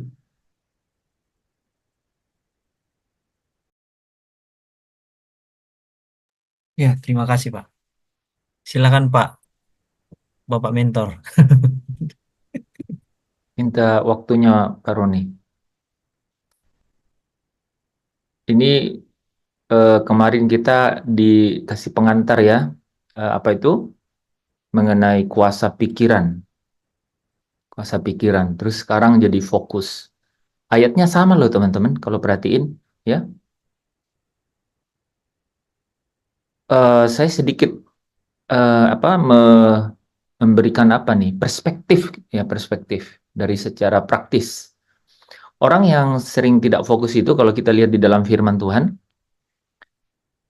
menurut Paulus itu orang yang masih melihat ke belakang. Jadi Paulus akhirnya bilang, aku melupakan apa yang ada di belakangku. Gitu. Tidak move on kata ya, tidak move on ya kata anak-anak sekarang gitu. Jadi hal-hal yang membuat orang tidak fokus itu yang tadi disampaikan Pak Roni ya, hal-hal di sekeliling, bisa rutinitas, bisa juga hal-hal yang menjadi dinamika sehari-hari gitu. Dan apakah itu? Biasanya terbagi dalam dua hal. Yang pertama itu adalah hal-hal yang di belakang. Jadi move on aja. Ya. Jadi Paulus bilang, menarik tuh ya, Filipi pasal 3 kan. Aku melupakan apa yang ada di belakangku dan mengarah ya, dan mengarahkan diri kepada apa yang ada di hadapanku. Teman-teman tahu, perhatiin ya ayat 14 itu. Dia bilang dan berlari kepada tujuan. Nah, itu dalam bahasa aslinya itu tujuan akhir. Jadi Paulus berbicara mengenai sesuatu yang clear sebenarnya, bukan tujuan sementara. Makanya dia koma panggilan surgawi. Langsung drop gitu teman-teman, ya. Jadi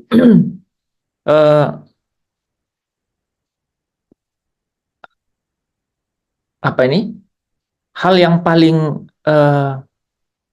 paling unik ya. Misalnya di dalam Zoom kita ini ya, yang tidak mungkin teman-teman tuh dapati di dunia sekuler mengenai fokus. Itu adalah ya fokus apa gitu. Itu tidak itu bukan seolah-olah aku telah memperolehnya ya dari ayat 12 ya. Dan dia katakan aku sendiri tidak menganggap bahwa aku telah menangkapnya. Tetapi aku melupakan apa yang ada di belakangku dan mengarahkan diri pada apa yang ada di hadapanku, gitu, ya.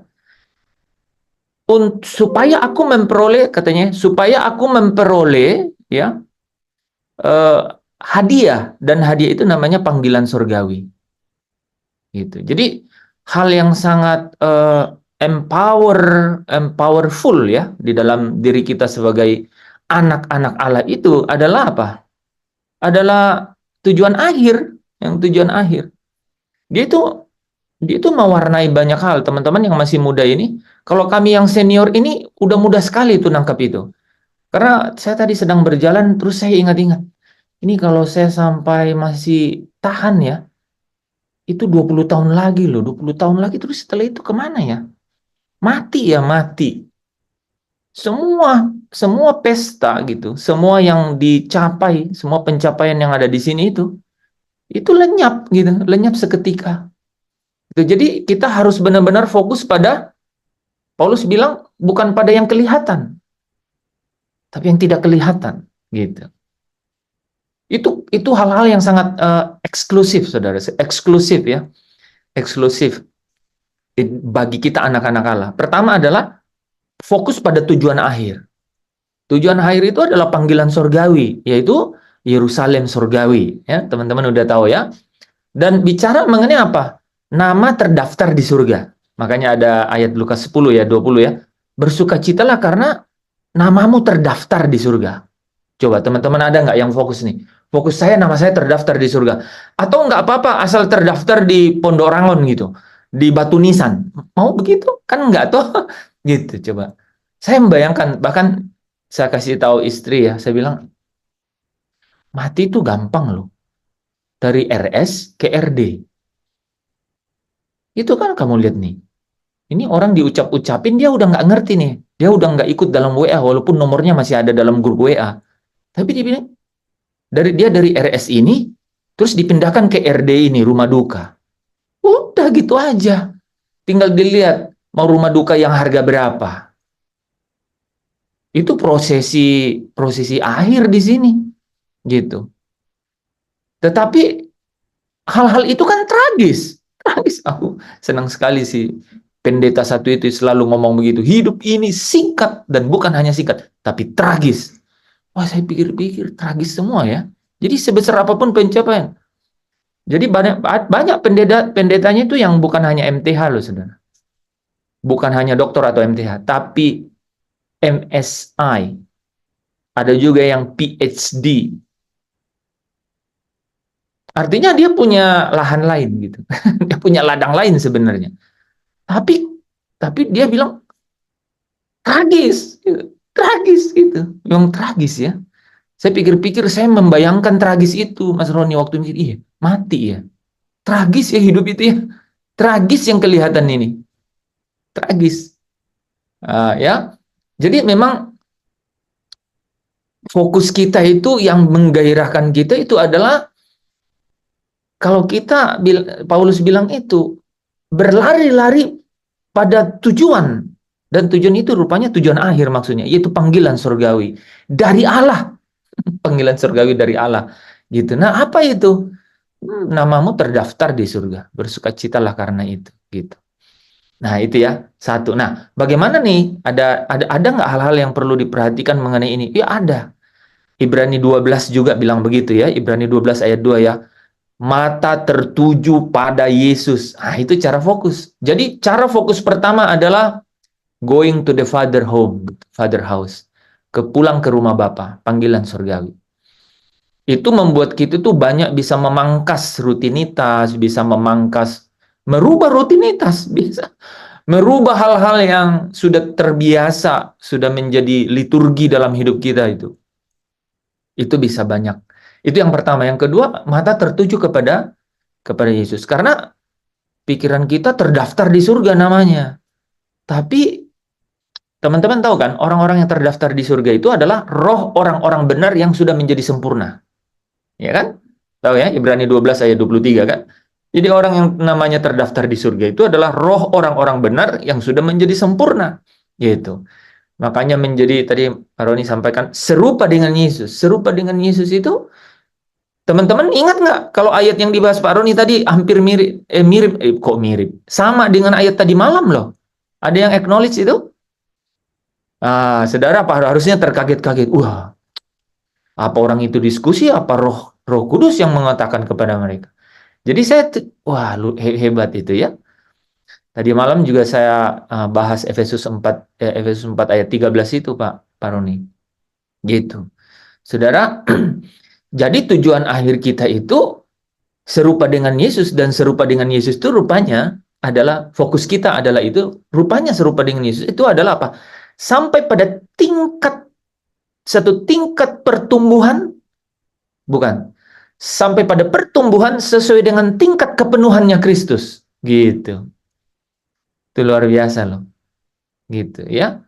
Dikatakan begitu ya, dalam bahasa Inggrisnya itu into the measure katanya, ada satu ukuran gitu, ya, ada satu ukuran, yaitu satu tingkat yang sesuai dengan kepenuhan Kristus. Nah, teman-teman, artinya mata tertuju kepada Kristus. Mata tertuju kepada Kristus. Nah, saya mau balikan ke ayat 1 Ibrani 12. Jadi selain move on, jangan lihat ke belakang, itu adalah tadi ya, kalau nggak salah ada yang bahas tadi, menanggalkan segala beban. Yang menarik itu dibalik loh saudara. Di situ dibilang menanggalkan segala beban dan dosa. Jadi yang bukan dosa dan beban. Rupanya beban ini itu adalah ilalang dalam hidup ini. Saudara sudah pernah dengar kan? Beban di sini itu adalah ilalang. Rupanya apa ini beban? Oh, hal-hal yang menghimpit pertumbuhan dari kebenaran yang ada di dalam kita. Gitu. Nah, itu bicara mengenai ya kekhawatiran dunia. Gitu. Bicara mengenai tipu daya kekayaan. Itu bicara mengenai keinginan-keinginan lain yang hanya kita pikir hanya kita yang tahu. Gitu. Hanya kita yang tahu. Nah, hal-hal itu pasti harus ditanggalkan supaya kita bisa fokus. Jadi, saudara bayangkan nggak? Kita mau fokus nih, panggilan surgawi, yaitu ke rumah Bapa. Kita mau mata tertuju kepada Yesus, karena mata tertuju kepada Yesus itu karena Dia yang membawa kita kepada iman dan memimpin iman kita kepada kesempurnaan, kan? Kita udah pengen begitu, tapi apakah tidak ada hambatan? Apakah tidak ada yang membuat kita terhalang atau menjadi sulit untuk mencapai atau melakukan itu? Ada, kan? Nah, ada itu adalah sering kita dihantui oleh masa lalu. Kalau bicara masa lalu, saya selalu bilang di sini teman-teman ya, kita ini sudah punya identitas yang baru, gitu. Ya, siapapun kita di masa lalu, ingat gitu, kita selalu memiliki kita selalu menjadi ciptaan yang baru di dalam Kristus. Dan ciptaan yang baru itu bicara mengenai apa kemarin? Kewargaan yang baru, ya. Kewargaan kamu di dalam surga. Karena Yesus bilang, aku pilih kamu dari dunia ini. Aku memanggil kamu dari dunia ini. Kamu bukan dari dunia ini karena aku memanggil kamu dari dunia. Itu artinya jadi ciptaan baru. Jadi lupakan masa lalu. Ya, kita semua ada masa lalu. Ya, supaya saudara fokus ke depan, lupakan masa lalu. Ya, berlari-lari pada tujuan akhir. Yang kedua, tanggalkan beban. Beban ini ilalang ini. Beban ini tuh ilalang itu bicara selalu mengenai kekhawatiran hidup gitu, kekhawatiran hidup, ya, khawatir mengenai kehidupan sehari-hari gitu, khawatir mengenai kepastian akan hari esok, bulan besok, tahun besok. Coba saudara mencoba punya mentalitas gitu ya, untuk benar-benar berserah penuh kepada Tuhan gitu. Ya, nah itu sih yang saya ingin tambahkan ya. Itu hal yang eksklusif dalam kita sebagai anak-anak Allah. Ya, fokus kita itu bisa membuat fokus kita itu, yaitu panggilan surgawi itu bisa benar-benar merubah cara hidup gitu, rutinitas kita gitu. Ya, tadi saya parkir di samping saya itu ada mobil X6 BMW ya. Saya buka pintu gitu kayak kesentuh lah gitu ya, sebelah kanan itu. Saya pingin nguji tuh naluri saya itu masih ini enggak gitu ya. Biasa aja itu, sekarang biasa aja gitu. Terus saya tanya sama diri saya, kalau sampai ini ya, kamu ada uang lebih untuk beli itu, kamu beli enggak? Enggak. Gitu. Jadi itu contohnya tuh saudara. Jadi kalau artinya gini, karena kita memiliki fokus gitu. Kalau saya yang dulu itu enggak gitu, ya. Paling lama tuh punya mobil ya 2 tahun, 3 tahun tuh paling lama itu. Nah, tapi hal itu contohnya tuh. Jadi kita menanggalkan beban gitu, menanggalkan beban itu. Nah, ketika beban itu kita tanggalkan, ketika ada benih ilahi di sini, itu dengan sendirinya itu dia mengarahkan gitu untuk fokus. Jadi teman-teman jangan buat peperangan dalam diri sendiri ya. Saya ulang ini ya, nggak tahu nih ya, sebenarnya udah mau berhenti nih. Tapi tiba-tiba muncul nih, jangan buat peperangan di dalam diri sendiri. Saudara buat batin saudara rindu pulang ke rumah Bapa. Sementara daftar-daftar keinginan daging juga tambah panjang. Itu benar-benar. Paling kita ini telepon Pastor Lepri bilang, saya lagi bingung nih. Kalau lagi bingung berarti 2 itu berkecamuk tuh.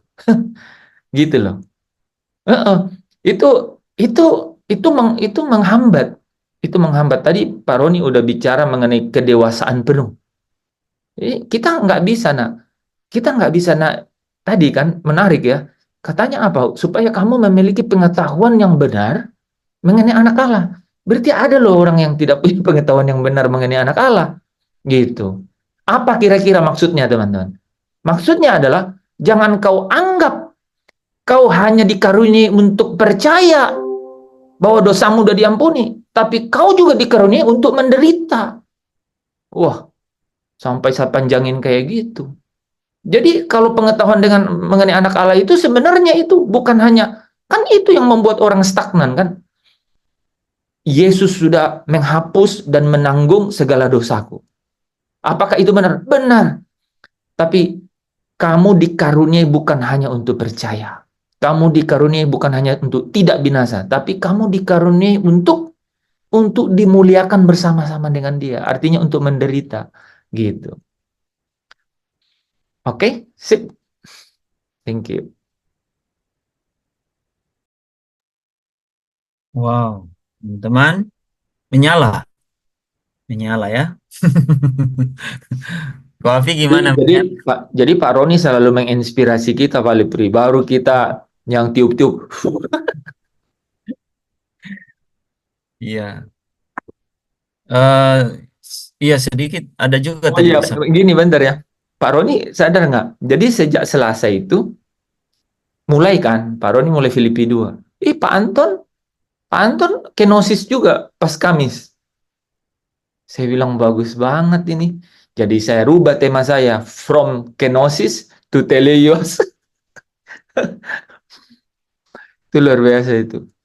Nah ini bicara fokus. Pak Lebri pasti nangkap sesuatu kan?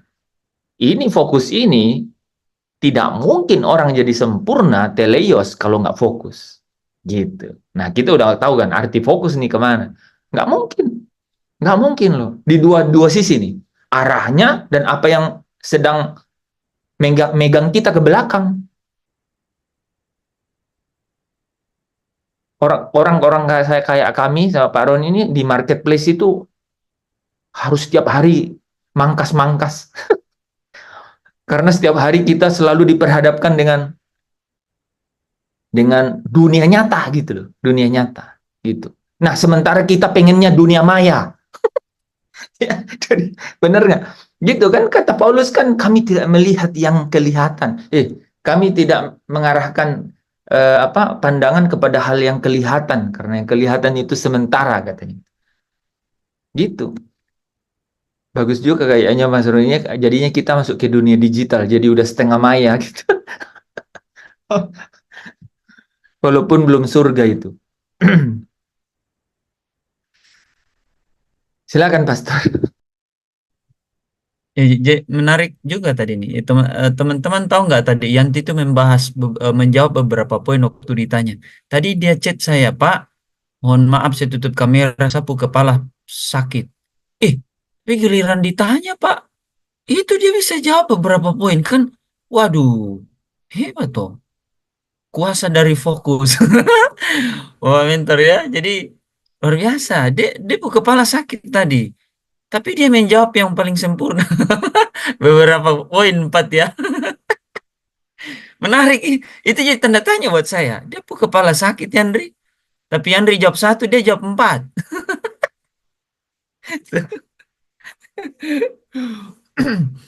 Ada satu lagi tadi teman-teman Bapak Roni bahas tentang ke rumah duka. Ya saya juga kemarin 4 hari lalu Pak ke rumah duka. Satu ayat saja dibahas itu pendeta tapi minta ampun ya. Yang dia cuma bahas Mazmur 90 ayat 10.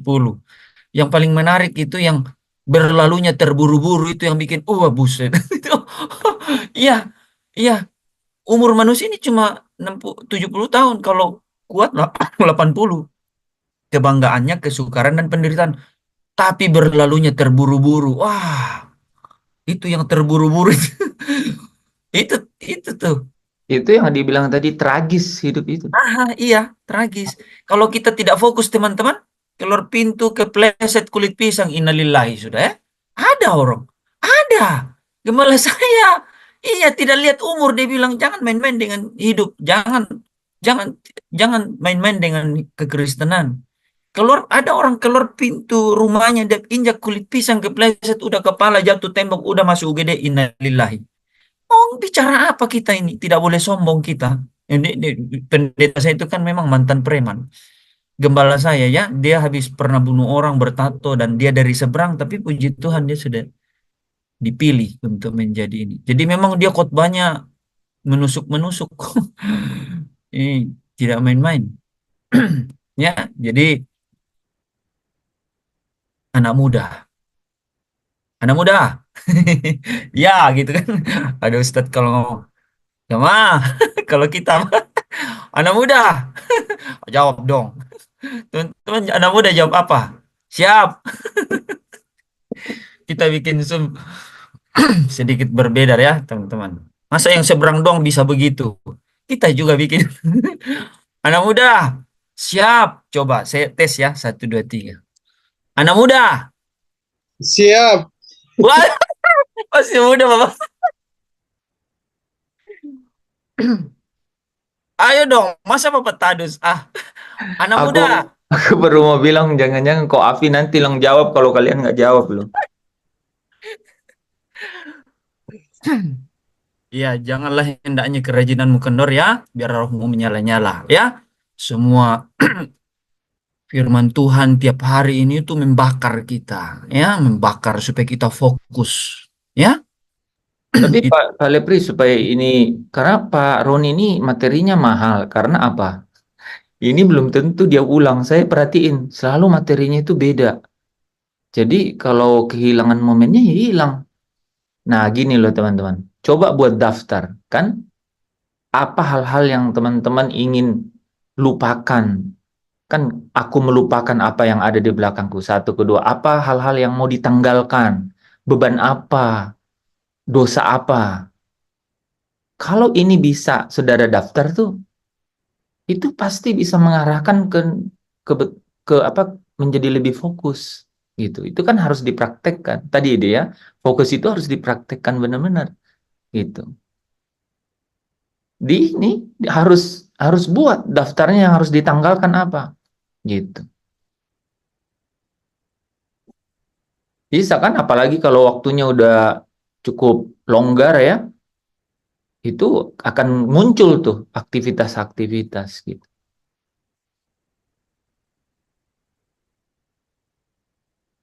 Boleh itu jadi bahan di ini, di sel group atau di doa Pak Tadus. Ya, baik, Pak Hen. Itu tadi Pak Roni jelasin highly effective people ya, purpose driven life ya.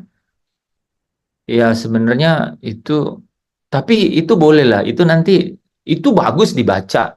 Ini coba nih ya, kalau mau tuh itu bagus dibaca buku itu ya, untuk pembimbing gitu, untuk membimbing, untuk menanggalkan gitu. Itu bagus untuk dipakai gitu. Nah tapi teman-teman secara pribadi dulu aja, tadi kan materinya udah bagus tuh ya, harus buat daftar gitu, apa yang harus ditanggalkan. Tadi Elsa bilang sebenarnya memang begitu. Jadi kalau kita sedang fokus itu, artinya sebenarnya kita sedang mengenakan firman. Dan itu pasti masuk ke dalam apa? Padang gurun dunia tadi itu kan, padang gurun pergumulan hidup gitu. Nah, apa yang harus ditanggalkan? Ini contoh ya, kalau misalnya Pak Roni, saya, Pak Tadus tuh yang punya anak itu, kita bisa mikir gini nih, nah, apa ya? Jajan apa yang bisa dipotong? Gitu. Kan gitu udah pasti. Ini saudara nih ya, mau sebanyak apapun duit, kalau yang namanya jajan, ada lawannya tuh. Itu tuh, kalau nggak mau berapa nih? Lagi bulan ini lagi nggak ada, lagi secukupnya. Jajan di mana? Ya 100.000. Pas punya uang 500.000, ada juga lawan jajannya. Jadi apanya yang harus dipangkas? Gaya hidupnya, gitu. Akhirnya kita bilang gini Pak Rudi, kalau kita ke gereja tidak boleh makan di mall. Itu koman langsung nggak boleh makan di mall. Jadi Pak Lepri jangan lagi pikir ya kita mau makan di mall itu. Itu salah satu gerakan ya, gerakan makan tidak di mall. Karena itu memberikan sudah 2 bulan Bapak Roni saya iya, tidak ada ini saya ternyata udah berubah. Ini adalah refleksi dari materi malam hari ini, fokus. Benar itu. Contoh ya, contoh aja. Mungkin teman-teman ini maaf ya, saya coba sharing itu. Jadi hal yang sederhana itu kita potong itu gitu. Ini mungkin kalian nggak percaya, tapi karena kita sudah memang lagi ini. Tapi Pak, tapi nanti ulang tahun 27 makanlah kita. Iya Pak Roni, 27 Pak, ingat Pak, 27 Ya, Agustus. ya makan di tempat masing-masing. Jangan sampai puasa. Ya kan? Tapi nih contoh ya yang lain itu ya. Pak Tadus mungkin kan. Itu anak saya tuh Pak. Ini bajunya ini masih bisa dipakai sama adiknya. Jadi jangan pesan dulu. Itu tinggal itu nama, dibuka, tempel lagi nama baru. Itu ya Pak Tadus bukan nggak bisa beli, bukan nggak bisa beli. Justru karena bisa beli baru bisa memutuskan kayak gitu. Baru ada nilainya Pak memutuskan seperti itu. Kalau tidak bisa beli Pak, nggak dapat nilai apa-apa. Memang nggak bisa beli Pak. Mau keputusan apa? Tapi kalau bisa beli dan tidak beli, baru kelihatan bahwa kita sedang melakukan sesuatu gitu. Ya contoh ya. Ini sekalian nih Pastor, dibukalah rekening diakonia itu. Jadi walaupun nih ini Pak Pastor ya ini, ya kalau saya sama Pak Roni udah lewat yang masa itu ya. Tapi gini loh, maksudnya gini. Kalau kita lagi tidak punya gitu, ya itu ya tidak ada nilainya kalau kita tidak memberi gitu. Atau kalau ini dibalik ya, kalau kita punya dan kita memberi, kan rasanya biasa aja gitu.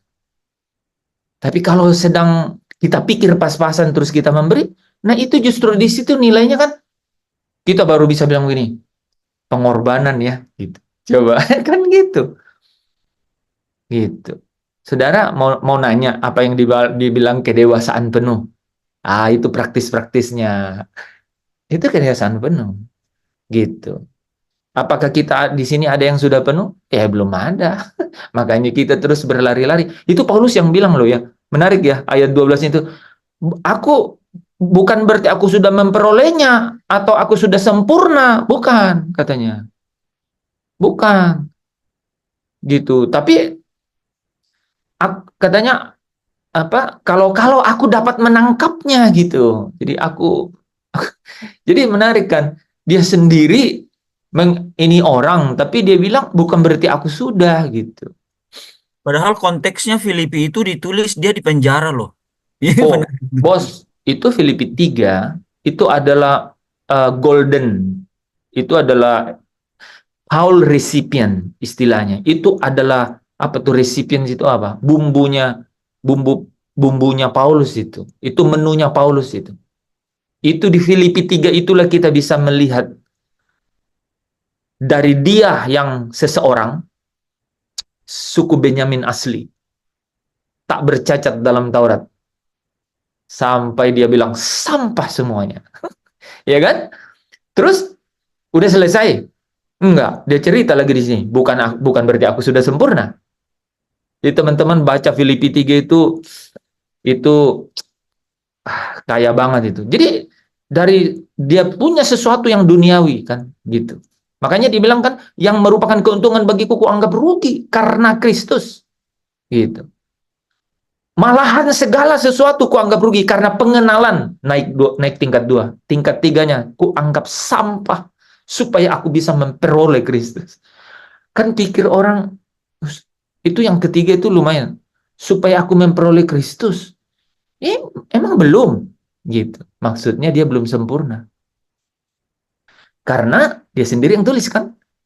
Kita dikaruniai bukan hanya untuk tidak binasa, bukan hanya untuk percaya, tapi dikaruniai untuk menderita, yaitu dimuliakan bersama-sama dengan Kristus gitu.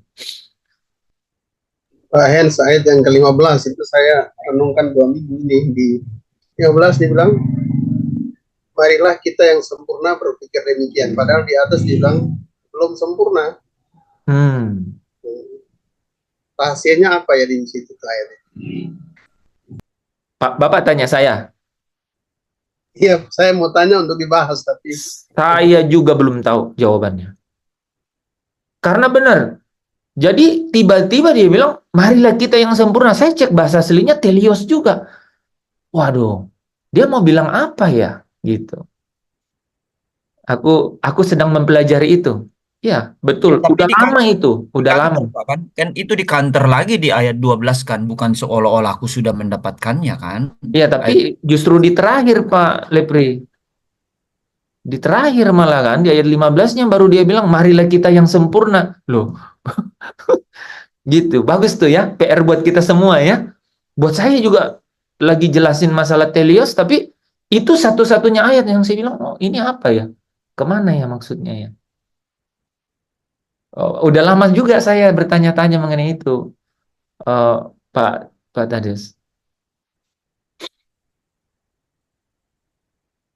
Ya kemungkinan, tapi saya belum kemungkinan dia dalam tensis yang berbeda kemungkinan. Apakah dia bilang kita yang mengingini jadi sempurna, kita yang dalam proses menjadi sempurna mungkin ya, tapi saya belum cek. bukan, kalau saya menurut saya Pak, ini kan perjalanannya yang historinya dia kan, ini kan udah di penjara dia tulis. Ini histori perjalanan sebelumnya dia cerita gitu, dan memang dia kan telios juga tuh. Karena itu marilah kita yang sempurna. Nah, memang dia udah di titik itu karena di di Timotius juga dia bilang kan ke Timotius bahwa aku sudah mengakhiri pertandingan dengan iman dengan baik. Bagiku tersedia mahkota, darahku sudah tercurah dan bagiku tersedia mahkota. Dia bisa menggaransi dirinya itu. Nah, itu posisinya dia udah tahu bahwa dia mau dieksekusi kan. Nah, makanya di ayat 15 itu ya udah sampai di titik itu bahwa memang dia udah sempurna di situ. Yang sebelumnya itu histori perjalanannya gitu. Sebelum sampai di titik ayat 15 ini.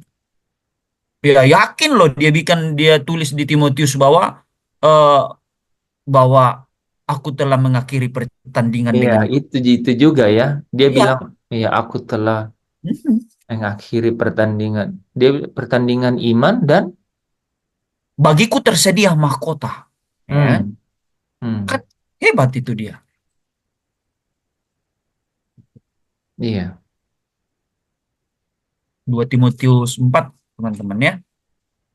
Ayat 6. Mengenai diriku, darahku sudah mau dicurahkan sebagai persembahan dan saat kematianku sudah dekat, aku telah mengakhiri pertandingan yang baik, aku telah mencapai garis akhir, dan aku telah memelihara iman. Sekarang telah tersedia bagiku mahkota kebenaran yang akan dikaruniakan kepadaku oleh Tuhan, hakim yang adil pada harinya, tetapi bukan hanya kepadaku, melainkan juga kepada semua orang yang merindukan kedatangannya. Hmm. Mungkin begitu Pak Tadus.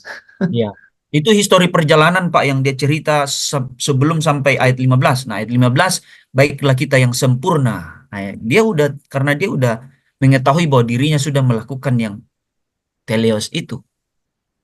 Bahkan Hmm. di Korintus dia bilang kalau ada orang yang bilang saya setengah mati, dia bilang bahasanya gitu, saya lebih. Ya, aku di dalam laut terombang-ambing. Jadi wah, luar biasa. Iya, bisa juga tuh karena di ayat 16-nya dibilang gitu Pak Tadus.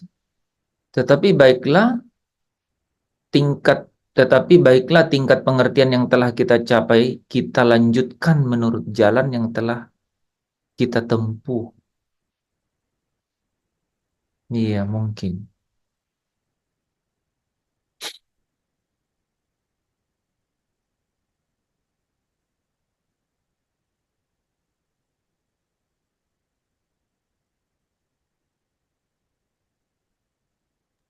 Oke, kita di hari Senin baru kita ini ya. Oke, Yanti nanti minum air putih banyak ya. Oke, 10, 2, 3. Kita kita satu di dalam doa. Bapa di surga, terima kasih untuk setiap kebenaran firman-Mu yang Kau hadirkan di tengah-tengah kami. Roh Kudus, Engkau yang mengurapi kami sehingga setiap kami boleh semakin memahami, mengenal setiap kebenaran firman Tuhan dalam hidup ini. Dan malam ini diajarkan tentang fokus. Biarlah kuasa fokus itu di dalam setiap pribadi kami masing-masing menjadi satu kekuatan yang lahir dari firman-Mu malam hari ini bagi setiap kami untuk melihat tujuan akhir kami dan untuk kami dapat sampai kepada tujuan akhir kami. Terima kasih Bapa, sungguh hidup ini hanya sementara saja, seperti uap, berlalunya terburu-buru. Karena itu Bapa tolong kami untuk melihat setiap tujuan-tujuan Allah di dalam setiap kehidupan kami, supaya kami dapat menggenapi setiap rencana kekal Bapa itu di dalam setiap kehidupan kami. Bapa di surga, terima kasih untuk hamba-Mu yang terkasih, mentor kami Bapak Roni. Kau pakai malam hari ini, Engkau pakai lebih lagi Bapa, nyatakan segala sesuatu yang rindu Engkau sampaikan bagi kami di dalam Asum Discipleship ini melalui hamba-Mu. Engkau taruh itu dan setiap kami menjadi murid-murid dari DS ini semakin mengetahui setiap kebenaran firman-Mu. Dan ketika kami mengetahui kebenaran firman-Mu, hidup kami memerdekakan. Terima kasih Bapa di surga, di dalam Putra-Mu yang tunggal Tuhan kami Yesus Kristus. Kami datang kepadamu, Sang Pemelihara hidup kami. Kami serahkan seluruh kehidupan kami. Amin. Amin.